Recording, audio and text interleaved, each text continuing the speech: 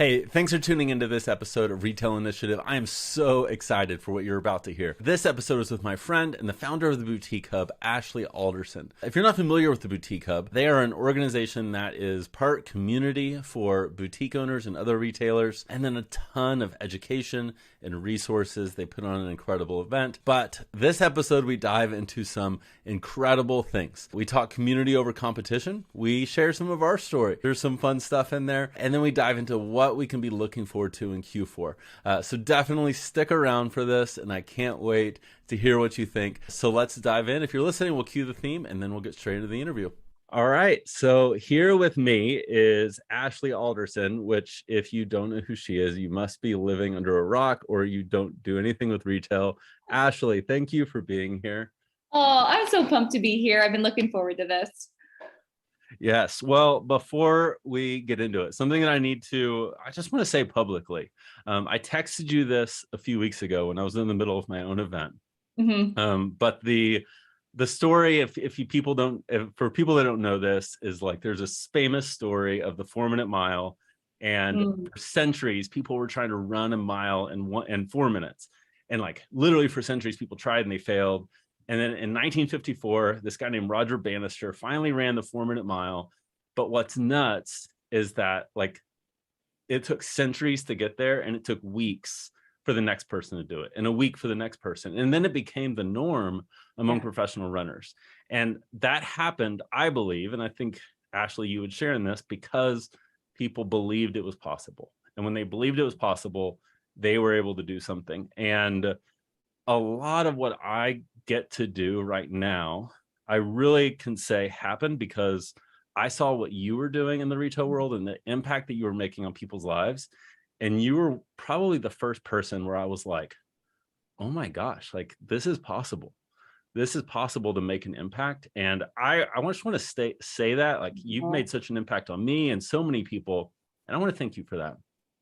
Oh, I get goosebumps hearing you say that. I love that. Thank you. I remember when you and I very first met, and I feel like I owe a thanks to Dallas Market Center actually for this chance encounter, because really you reached out to me and said, hey, how'd you get into Dallas Market Center? I see what you're doing. I want to meet you. And like, we just randomly went and met up and filmed a video together, and like all this random stuff then happened thereafter. But meeting you has been such a pleasure for me too. Like I have so enjoyed just creating a friendship with you. It's amazing to be friends with someone who sees the industry from a similar vantage point. And I just think we complement each other so well, Josh. So I'm thankful for your friendship above all else. Well, I appreciate that. For the people that don't know, I know like within our little bubble, the Boutique Hub is widely known, and like everyone knows what it is, and I feel like everyone I know is in it. But for people that are listening that don't know, I guess, can you share like what is the Boutique Hub? Yes. So the Boutique Hub is, I look at it as the central connection point for the entire boutique industry. We try to bring every tool and resource that a boutique owner could possibly need to be successful under one roof. So we really focus on 3 key pillars. The first is education. So we want the highest quality expert level education. I believe if we don't know the answer to it, we will find someone who does. And we bring that all under one roof for every type of store and every level of store, from brand new to multi-million-dollar store. This second piece for us is really community. And that's the heart of what we do. Community over competition has always been our motto, back before it was cool, right? Like it was not a thing when we first started. And it's been amazing to see how people's lives have changed by like living that methodology. So community is really a big piece of it, connecting people from all over the world with similar interests and businesses. And then the third piece for us is wholesale. So how can we help retailers buy more efficiently, buy from wholesalers that are vetted, that they know, that they trust. And then also we really try to bring the power of our community together to get great pricing on a lot of the things that people are buying on a regular basis. So we try to be those things so that retailers can work not just in their business, but on their business. That's incredible. And so where did the idea come from? Like, because like now, like for people that are coming in now, it's like sometimes I think things seem like it was the idea of like, of course, you're just a super brilliant person and you came up with this idea and like you and a few people had a meeting and then here's the boutique hub. But it wasn't that simple. And so like where did this whole thing come from?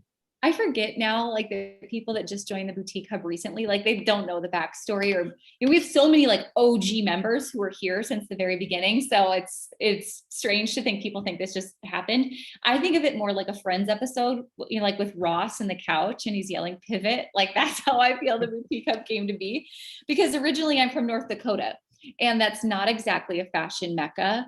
I grew up in a small town. I know, surprising. It is now. We're making a comeback. Thanks to the internet. So when I grew up, I felt like fashion was New York and it was LA. But what about the rest of us? What about the rest of us in the Midwest, who when we traveled, we loved discovering cute stores in Texas and everywhere else, but we wanted access to the same sorts of things at home. And so really I loved retail. I love small businesses. I worked in economic development for 9 years in North Dakota during the height of the oil boom, which was like a gold rush for us during the Bakken. And I just loved small business stories. And so how the boutique up first started was when we moved from North Dakota to Wisconsin, where my husband's from, and I left my career in economic development. I was like, Eric, I've always wanted to build this like online shopping mall of boutiques. So people like me from the Midwest, from the middle of nowhere, we could have access to these really cool stores from around the world and we could all shop them like one online shopping mall. And so that was the idea. So when we moved, Eric had gotten a bonus in the oil field. And he was like top salesman for his company or something. And so we got this bonus and we took it and we invested everything we had into hiring a web developer. And we were like, okay, we have this idea, just build it for us. And so we did, and he did. And when we started to build it and build this online shopping mall, it was really the chicken and the egg. Like we didn't have enough boutiques to attract enough shoppers, and there weren't enough shoppers to attract enough boutiques. And we were stuck in this weird middle position that just couldn't grow. And then what I realized when I started to have all these conversations with boutique owners about what we were building is they just needed a community. They just needed like support and one another and answers to their questions. And a lot of the questions they were asking, even though I wasn't a boutique owner at the time, I had access to them because I'd been doing economic development. I ran a small business development center for a long time. So I knew how to do, all their financial projections, and Facebook ads were new at the time, and social media and merchandising and team development, all that. So I felt like I just needed to answer some questions and then bring in people who are smarter than me to answer anything that I couldn't cover, and just build this community that was a backbone for boutique owners. And so that's really how the pivot happened. The boutique hub kind of became by accident. We were just trying to fill needs and serve people and meet them where they are. And this is the beauty of what it's become. And I'm just lucky to be along for the ride of it all. Gosh, that's incredible. And gosh, I mean, there's so many things that I could like angles that I could take from that. But my favorite, and I think what applies to, of course, retailers, but really any business, is like we can come in with a plan, and like your willingness to shift that so quickly once you identified a need. And I think I can even in my own business where I've had this idea and I've just stuck with it too long. And I saw the need, but I just didn't want to pivot because it wasn't my original idea. But you saw that need and you shifted so quickly. And I think people could learn from that, because I really do think like one of the mistakes, because I like you've become well known in our industry, and people will reference you as like this idea of success, and what they don't see is like what you were feeling and what that was like when things weren't like, when there weren't home runs, when you were, yeah, like when there was just failure after failure, but you pivoted, and then in doing that you saw something that took off. So yeah, so you mentioned community over competition, which I love you even said like before it was cool, because it is something that we're starting to see more now. And I don't know if you coined the term or if you just kind of made it big again. But so when you say that, like, what do you mean? Because I think we love the idea, but we also are competitors in a sense. I don't necessarily mean me and you, although we can get to that. But I even mean like just in the business community, like we have we see people that are actual friends, but they are going after the same customer. How do you see that playing out in people's lives? I love this question. So how I first came about this term was when I was in economic development, there was this embroidery shop in my small town. And this is pre-social media, pre-internet, pre all these things. And there was another shop across the street. When the embroidery shop, and it was like a men's boutique and a tux business and that sort of thing, when they were going to go out of business, when they were going to sell their business and relocate because they were retiring, the business from across the street came in and they were like, hey, you as an economic development person need to do something to fill this store. We have to have another boutique or another, clothing store across the street. And I was like, really? Why? Like, I would think that was your competitor, right? Like, there'd be more business for you if they're gone. And they're like, no, anytime two or more stores come together, you become a shopping destination. And there's more for all of us. And that, like, I'll never forget that lesson. It just knocked my socks off. Yeah. Yeah. In a small town. And so that really became my motto in economic development as well. And it just fits so well for what we do. So here's where I see it today. There's a lot of people who give community over competition lip service, but don't really live it. It can be fake for a lot of people. So I guess a couple things, like I think there's such good examples of, boutiques that lift each other up in a couple ways. Number one, just in daily advice, right? If someone comes into the hub and asks a question and someone genuinely answers it, like there's so much you can do to lift one another up that really isn't taking away. It's like if you have an apple orchard and someone comes and says, hey, mister, can I please pick a couple apples? And you're like, well, yeah, sure. I mean, I have a whole orchard of them, right? There's a difference in them coming and picking a couple apples and then totally like cleaning out your apple orchard. There's a complete difference. So to me, like that general back and forth of I'll share a couple, you share a couple, a rising tide really does lift all ships in that area. And this business is freaking hard. And there will be ups and there will be downs. And I think if you're in it for the long run, you know that. And so you're a lot more willing to share with someone who maybe is in a low season because your low season is probably going to be coming next month and you want someone to do that in return. And I just think that's good servant leadership, right?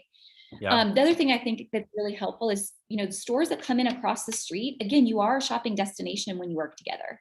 So when I see stores like welcome another store with open arms and send them flowers and take them out to lunch and that sort of thing, or go to market together, but maybe have an unspoken rule of like, you buy this, I'll buy that, but we'll try to set some boundaries.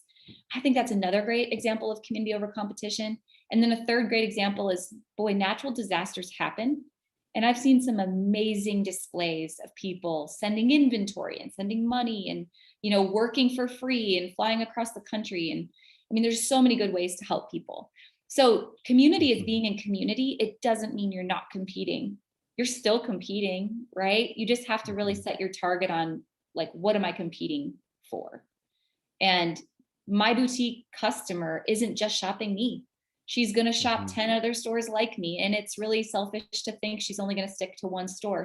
So I have to be able to put my pride aside and not let my pride get hurt to think that she's going to go do business with the store across the street too. I should hope that she would. And if I'm sorry, I'm like totally rambling, Josh, but if I'm a store owner and there's another store across the street and I think I'm going to deter my customer from going over there by bad talking that other boutique, that customer will never come back to me again because that's my character. Like if you truly are a servant leader, that will show through 10 times out of 10 versus you just giving community over competition lip service, but then really not wanting to support that other business. Oh my gosh, absolutely. That reminds me of I'm really into craft beer, and one of my favorite breweries is called Dogfish Head. And their CEO, who had like a TV show on Discovery Channel and all this stuff, like ran this nonprofit to support craft breweries. And so this question on the show was presented to him of like, why are you pushing all these other craft breweries? And he's like, do you not get that? Like, if I can get people off the light beer aisle and I can get people onto the craft beer aisle, sometimes they're going to buy mine and sometimes they're going to buy theirs and sometimes, but they weren't even on my aisle before. So if I can get them on our aisle, we have a better chance of selling them. So I think one of the things that I see all the time, and I understand where people are coming from, I really do, like, and I can understand their feeling, but it's like, okay, I get community over competition, but there's that big but that just should be in all caps and size like 64 font. They're mixed a lot. Everyone's got a big butt. Yes. Yep. That butt is there, and it's like, but there's this girl that opened a shop across town, or this person's doing this, and they're taking all my brands, and they're taking my social posts, and their site looks just like mine, and whatever. And let's even assume that the person's not off. Like, this person is kind of modeling from them or stealing from them, however you want to call it. Like, how do you advise this person who wants to live it out? They really do. But when the rubber's meeting the road, it's hard. It's not an easy decision to make. Yeah, I have lived that. I still, to a certain extent, live it. There's more boutique hub knockoffs than I can even shake a stick at anymore. There's some in particular that have been very bold about taking our content and ideas and everything about our business model and totally repurposing it. So you're human to have those feelings. I still have those feelings sometimes, but I feel like what I've learned is I can be that Roger Bannister. Like, I can run a lot faster when I have someone on my heels pushing me. So you have to like make sure you're using the energy in the right way. Is it that energy? Is it making you fearful? Is it casting doubt? Or are you using the energy to go, oh my gosh, this is going to make me even better because I can innovate faster?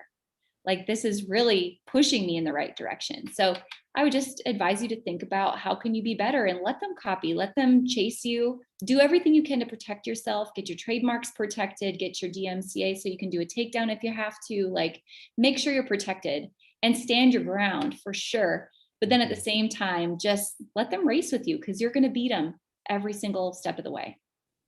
That's so good. And I think it's worth sharing here. Like, to a degree, like, you and I have our own story in this. Yeah. And when I was on your podcast, we kind of talked about it, which, if you haven't heard that episode, we'll link it in the show notes. And I was just invited to come back on your show again, which I'm very excited about. And so once that's out, we'll update the show notes to link to that one as well. Which, as a side note, if you guys have not listened to the Boutique Chat podcast, oh my gosh, it is like, if I were to say like top 3 podcasts that a retailer should be listening to, that's probably number 1. I would put it above my own. It's so good. You interview so many good people, and yeah, I love it. But you and I have our own story in this. And why I think it's worth sharing is, I want to say this carefully, but it's really easy for someone to look at you, and I'm being honest because I've even heard this. It's easy to look at you and be like, well, it's easy for you to say. You don't have a boutique like I do. You're not having to deal with this like I am. And of course, there's things behind the scenes that people aren't seeing. But we can acknowledge the elephant in the room of, like, I have a conference, I have a course, I have these pieces that are largely women's retailers.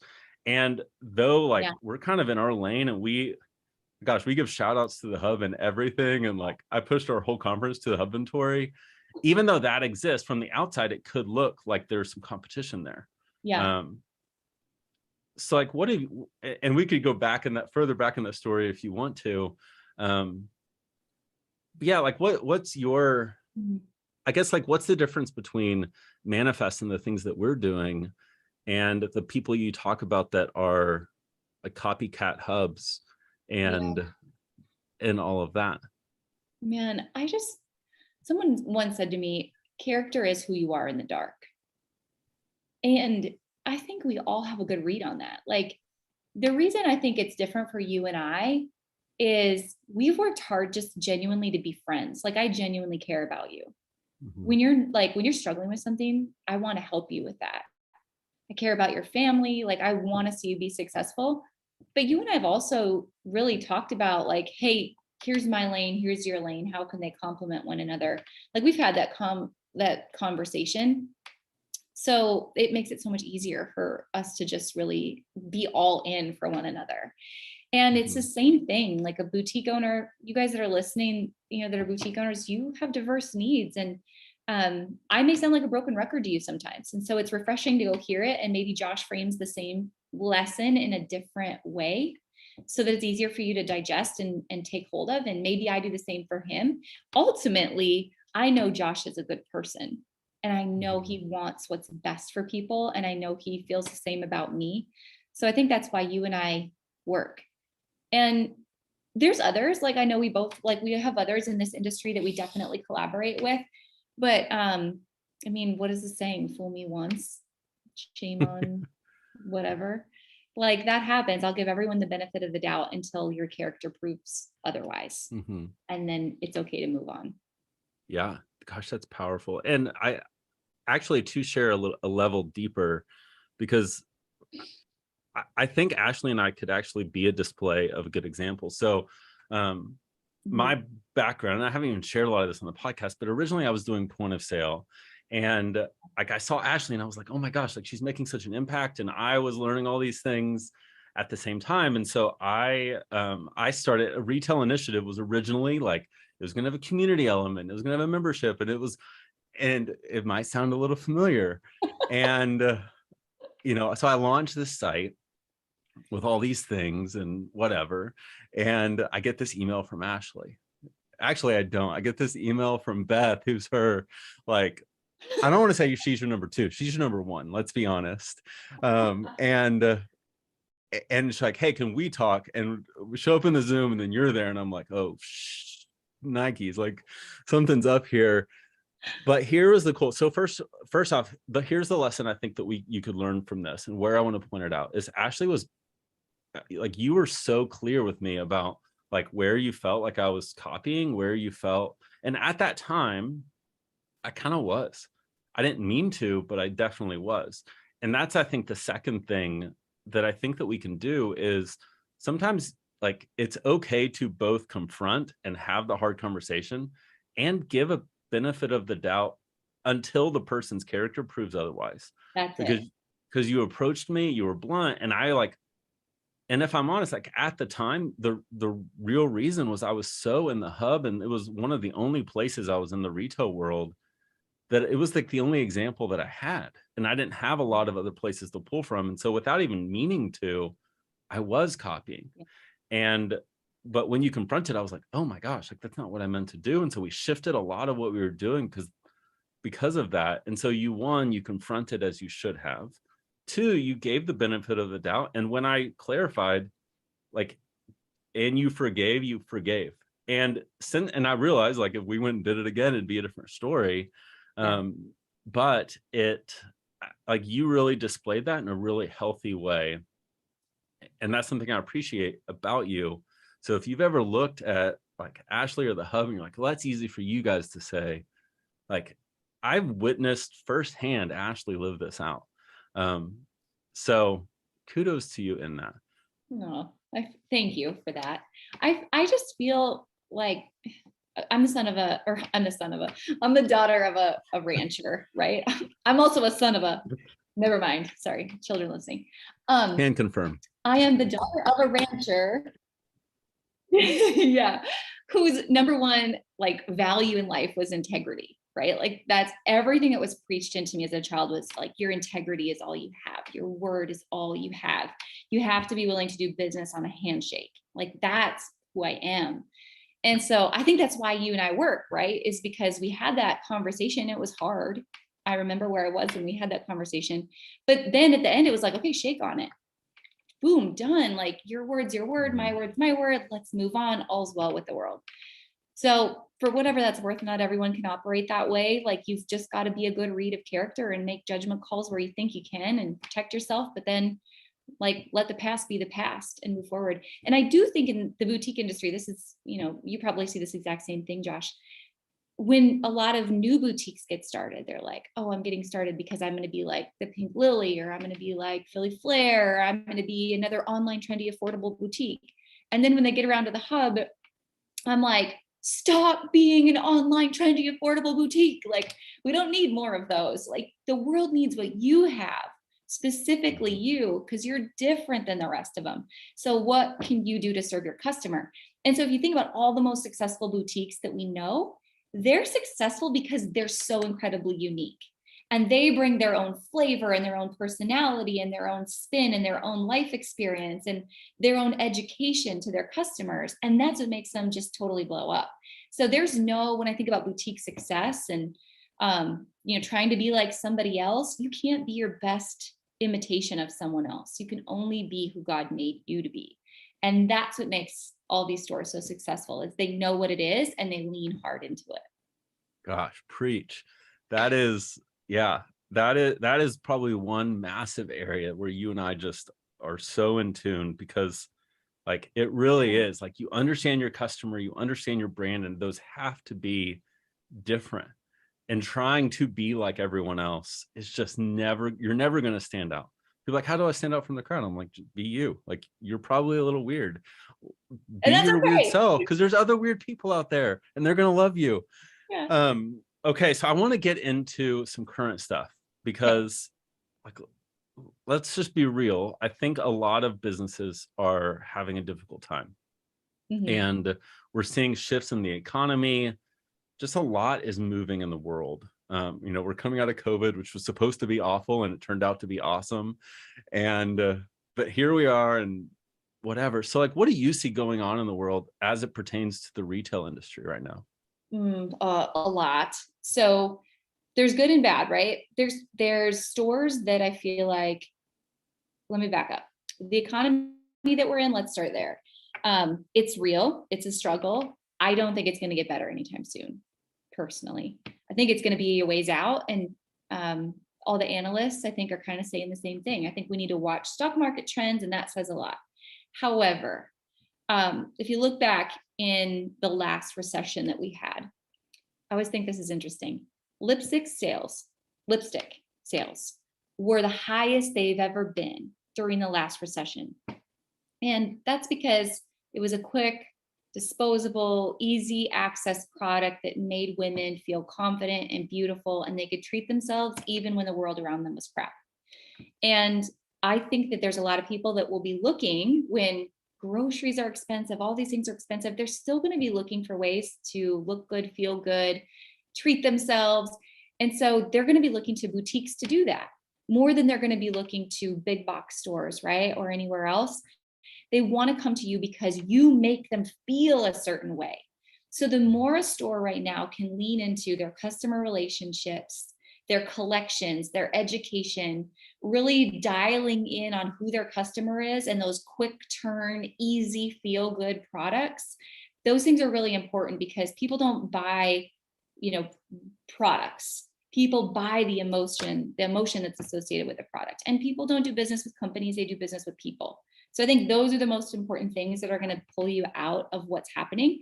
And right now there are stores that are struggling, but there's also a lot of stores right now that are doing really well. And it's because I think they've really nailed that, like, who is their customer and how are they serving them right now? I think inventory is probably a whole nother topic you and I could like go down a rabbit hole on. Right now, you have to be smart with your inventory, and you cannot get stuck with a bunch of overstock. You can't get emotionally attached. It's got to be like dollar bills hanging on a hanger, or dollar bills sitting in a bin, and how do I get them back in my pocket?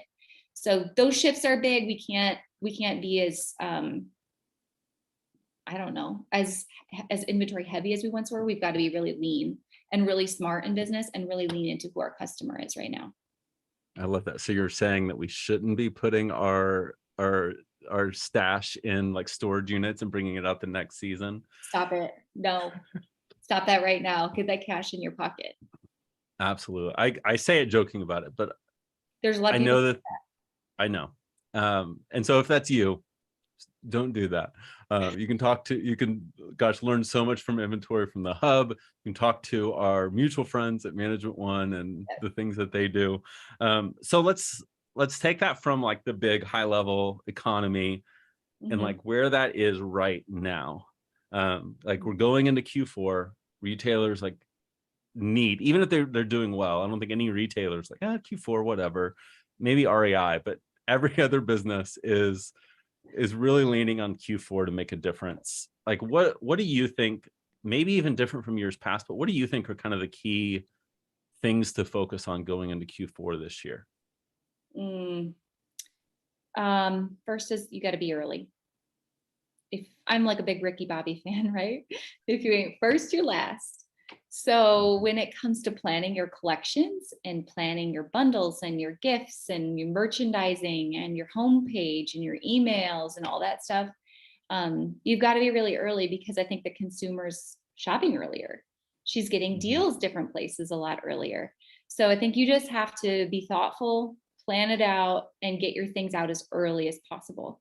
We started to push Valentine's Day collections on Hubventory this week, which is wild. But I think everything's got to go back to a lot earlier cycle and trend cycle as well. I also would say, second thing is, you don't have to compete with the big box stores. So there's going to be deeper discounts at big box stores this year than there ever has been, because of inventory, because of the economy. You don't have to compete with that. That's not who you are. Cheap ain't loyal. You're not Walmart. Who are you? You're the person who gives an experience. So when you're planning out your collections and everything you're going to do for the fourth quarter, I would lean really hard on what's a promotion I can run, not what's a sale that I can run. There's a huge difference in that. How can I attract people to my space without selling the diamonds with the dirt? Those are two big things. I love that. And I guess a quick thing, because I love, like Pink Friday. If like there's anything you've done that's so freaking cool, Pink Friday. If for people that aren't aware, like, what is Pink Friday and why is it important in the retail world? Yes. So I love the idea. When Amex first came out with Small Business Saturday, I've always loved it. But the one thing that always really I just was like, it was a pain point for me about it, was it came after Black Friday. And so everyone had already spent their cash on Black Friday at these big box stores. And it was like small businesses were this like little afterthought, right? So Pink Friday for us is a complete flip on that. It's always the Friday before Black Friday, always, every year. And it's not just an opportunity for you to run a promotion and to get people in the store and to celebrate, right? And to get the dollar in your pocket first.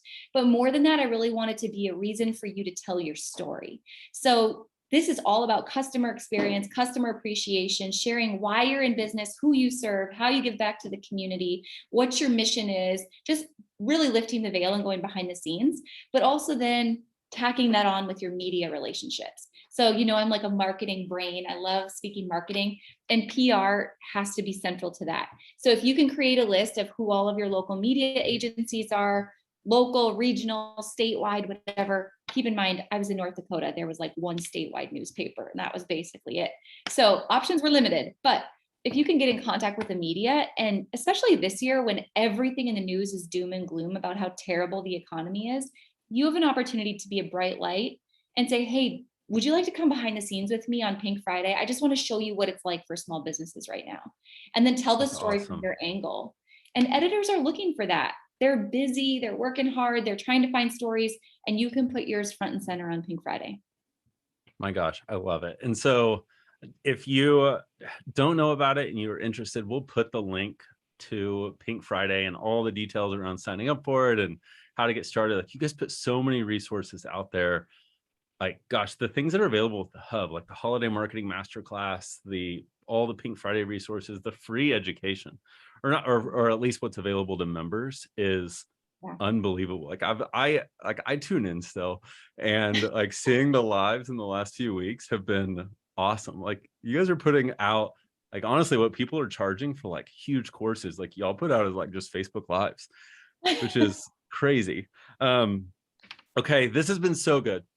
And I think you've given a lot of insight, and I hope that it's been inspiring for people.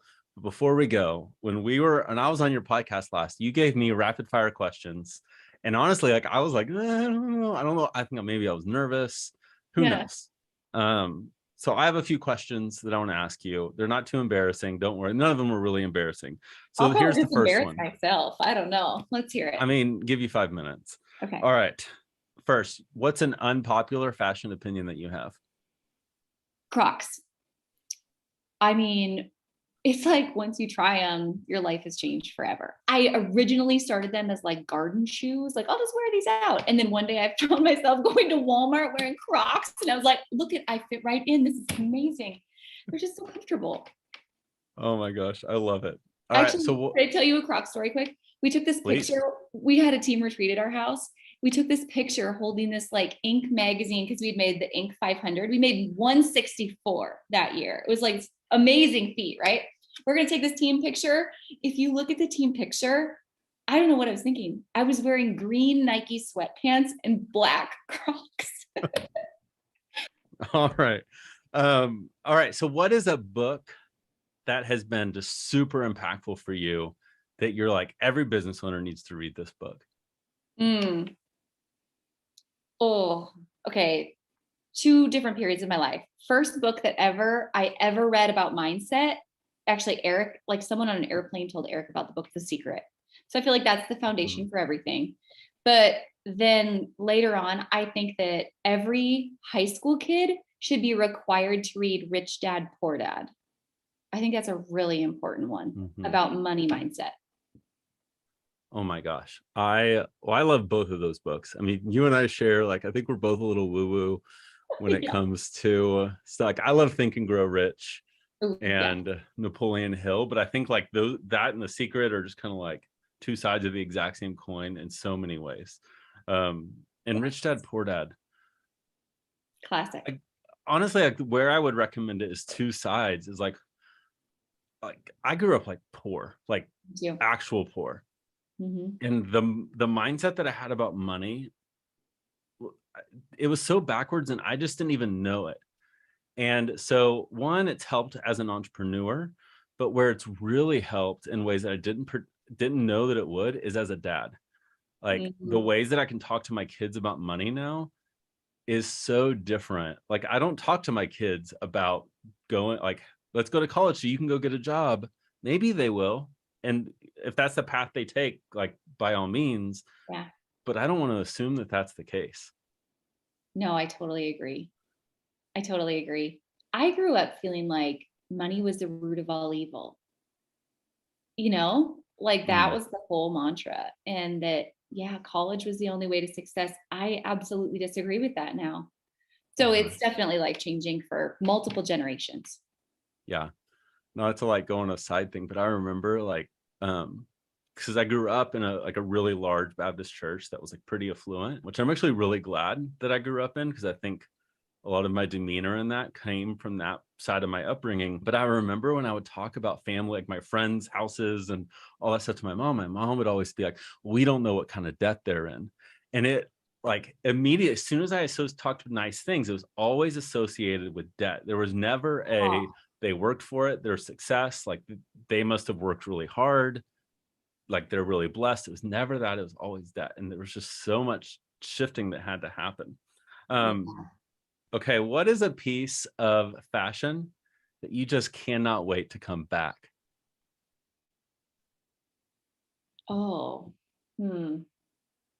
Like clearly not out now, but you're just like, ooh, come back. I'm gonna think about this. I mean, I feel like boot cut jeans, I was really excited about them coming back. So that's happening now. I will say the thing I never ever want to come back is low rise jeans, because I mean muffin top, like let's be honest. And chevron I never want to come back again because that lasted way too long. Oof, chevron. Yeah. I don't know. Otherwise, like I feel like every trend does make its like 70s, 80s. I love that 90s grunge is back, but I'm kind of over it now. I can't say that I can nail down one other one specifically. It's going to come back to me in the middle of the night now. I love it. Yeah, for me, it's bootcut jeans. And I was excited because I got to go to a 2000s party and I got to pull out my old diesel jeans. Oh my gosh. I was so ecstatic because those are to this day, like I've kept them because I'm like, they're coming back. And it's my life goal to just keep fitting in them. But if I can keep that going on, like I'm going to be so happy. That's so lucky. Did you have like Jabos? Do you remember those at the time? Or like Janko? You remember Janko jeans? I called them Jinko, but Jinko? like the huge ones. Yeah. Like no, my mom wouldn't let like me. down to the back of your knees. Oh my gosh. For me, well, you and I are the same age. Like that was middle school. Yeah. But I loved it. Okay, so when a retailer comes to you and they are just like, I'm serious about leveling up and I'm going to listen to you, I'm going to do whatever you say, what's the one thing that you say, like, start here?